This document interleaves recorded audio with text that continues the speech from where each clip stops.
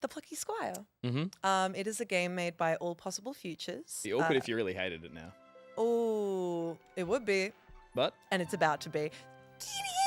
So All Possible Futures made this game. It is an action adventure game where you play as Jot, who is the Plucky Squire, and you, alongside your friends Thrash and Violet, must save the day. You're known as the great hero Jot, and you're a squire. You're also a writer, so you're known for your adventures, but you're also known for the books that you write. And in this beautiful world, I think it's called Artia, or maybe Artia is just the kingdom. You are known for your battles against Humgrump, who is the main antagonist, and the story goes the same every time. You beat Humgrump and you save the day. Except this time, Humgrump has gotten a whole new ability where he can bring things in and out of the real world and throw people out of the real world, which is exactly what he does with Jot.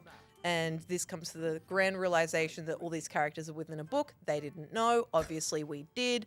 And throughout the game, as the story starts to change and change, because Humgrump now has the ability to mess with the story, it is your job as Jot, alongside your friends, to save the day using the exact same powers that Humgrump has. It is partially situated inside the book and also outside the book, as we've already seen. The book part of it is all 2D and feels a lot like A Link to the Past. That's like my very first impression of it, is like it feels like a classic Zelda top-down game. But as well as that, as we can see on the screen with the words, you've got that Bubba is You vibe of different words changing the world around you. So, it's obviously changing the story, but it changes the world. So, for example, you've got a part where you have to get this kibble for a cat, and the kibble is way over there, and you're, I think, in a secluded forest, and you got to go over, get the kibble, move it to a certain part, go back, and then change the secluded forest to a secluded ruin. The entire scene changes, and suddenly you've got to clear away. So you move the kibble a little bit more, change that sentence again, and keep on moving it, and kind of mess with the world around you in order to complete puzzles. And that's a big part of the word thing. Is like it's all puzzles. Does that just stay in the? I don't want to jump into That's early. just in the that book. just stays in the book part of it. However, sometimes to move words around, you've got to jump to different pages in the book to grab words and then bring them to this one. Because a big part of what you do, as well as just jumping in and out of the book, the very first power that you get is manipulating the book itself. Right. So you can jump out of the book and go page by page. And there's certain places where you can jump in and out. But yeah, you kind of end up having as much control as Humgrump, which I think was really neat. I like having a character that, not only is a worthy opponent, but you're kind of working with the same material as them. Jot could be doing bad shit like Humgrump, but he chooses not to because he's a hero. And so, of course, you jump outside of the book. A lot of the time when you're doing puzzles and going through the story in the book itself, there's nothing really happening outside of the book. It's just, a kid's messy desk. But there are certain story beats that require you to get tools to use inside the book, that turn the desk into a whole world of its own. And it's all created using different objects that you'd find in a child's room. My favorite one, for example, was it was like a dinosaur level, and all of the scenery, is that the right word? All of the scenery was like little dinosaur block toys that you'd like see scattered around, and then there was a little volcano that was was paper craft. It's just, This child sounds spoilt. I'm just saying. I never had this. And this is coming from this guy.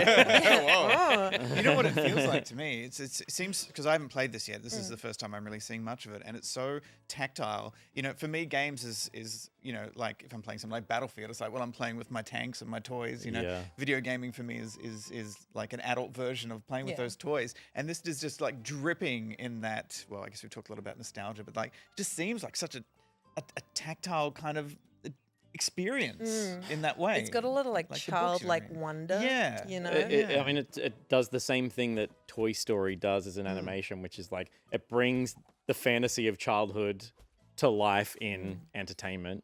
Like, I think we all dreamt about our toys coming to life or the pages of a book coming to life, and it's just a really cool starting place for a video game concept. And I think the thing that has surprised people is that it's not just like a good idea. It's just been so well executed, and jumping between the 3D and the 2D is really effective. The execution is what it is, because it's one thing to say it's trying to capture wonder and replicate moments of childlike delight, but this game has done it through a lot of like aesthetic choices and things that are subtle, but have, what I was saying before when we chatted to them, it's like from a dev's perspective, you've watched the audience when these trailers come out kind of all sit up straight and go, oh my God.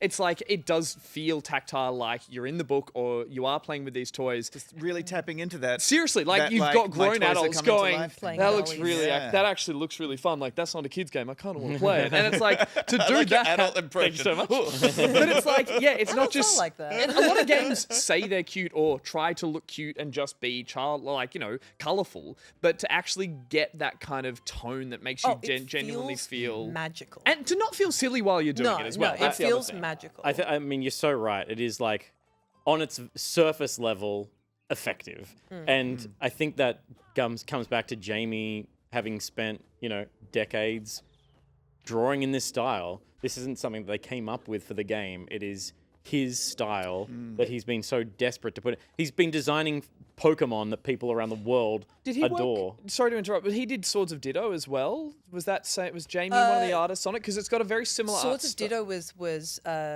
Jono, actually. John, okay, Yeah. right, because it has a similar art style and a really fun game that like had a childlike aesthetic in a serious game that was translated well, but it didn't have the same kind of wonder. And it's weird because it's a very similar art style, but here the gameplay complements it, so it elevates it a little bit more and makes it just Yeah. really I pop. love how it's like how it's like just a lot of what I'm seeing there was slightly flattened at an angle, like you're looking It at has it. a sheen Oh. on You the know? page So it's not that's just so- like a 2D. It's like, such a subtle it's like I'm sheen that's looking at just my- enough that makes you go, that's paper. Remind me a Like, little I gotta of tell ya. Tunic. Did you all play Tunic? Oh, tune. Because it had like a manual thing, and you would slowly like Yeah. learn the manual as you played. It just kind of flashed in my brain. Sorry, go ahead. No, it's okay. Something really delightful. That kind of, because while you're playing, especially at the start, you almost forget that you're looking at a book because you just get so engrossed in, this play style of it that when suddenly things start to go array in the book, and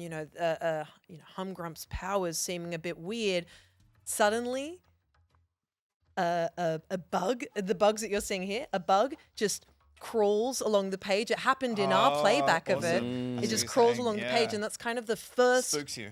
It really did. It was like, oh my God, yeah, we're looking at a book, That's so cool. obviously. Yeah. And something that I really, really love is there's obviously the 2D and the 3D world, like being in the 3D world and then going into the book. Yeah. But as you can see here, there's also a lot of little drawings and post-it notes and even puzzle pieces all around the world in the 3D world that you jump into as well, and you have to use those to move That's around so it, and it's just clever. it feels so cool. It reminded me of like Paper Mario or something like that a little bit. Also, Micro Machines. I keep thinking about just because my it's God, like Totally. I mean, that was such the joy of Micro Machines. Yeah. It was you're playing with your Yeah. toys again. Yeah. Right? You know? Yeah. And there's yeah. You said you're playing it, you're like close to finishing it? I or- believe I'm in the last chapter. Okay. Because it is like a book. It's chapters. Yeah, right. Okay. And I believe I'm in the last chapter. I've played. I'm in the appendices currently. Yeah,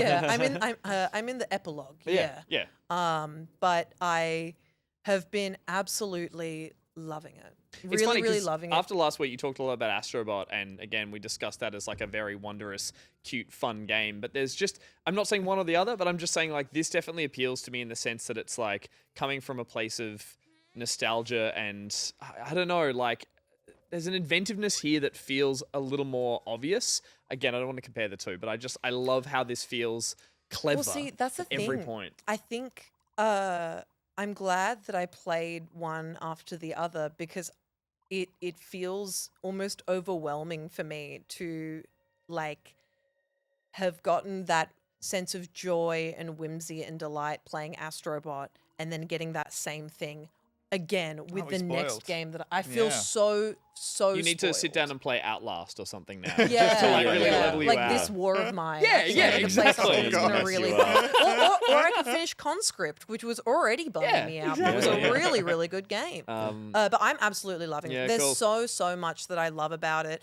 I think the mini games are super duper cool. It was funny. There's as they mentioned, there's a rhythm mini game that absolutely fucked me. Like it was not kind. That's not going in the box. And then I played after it.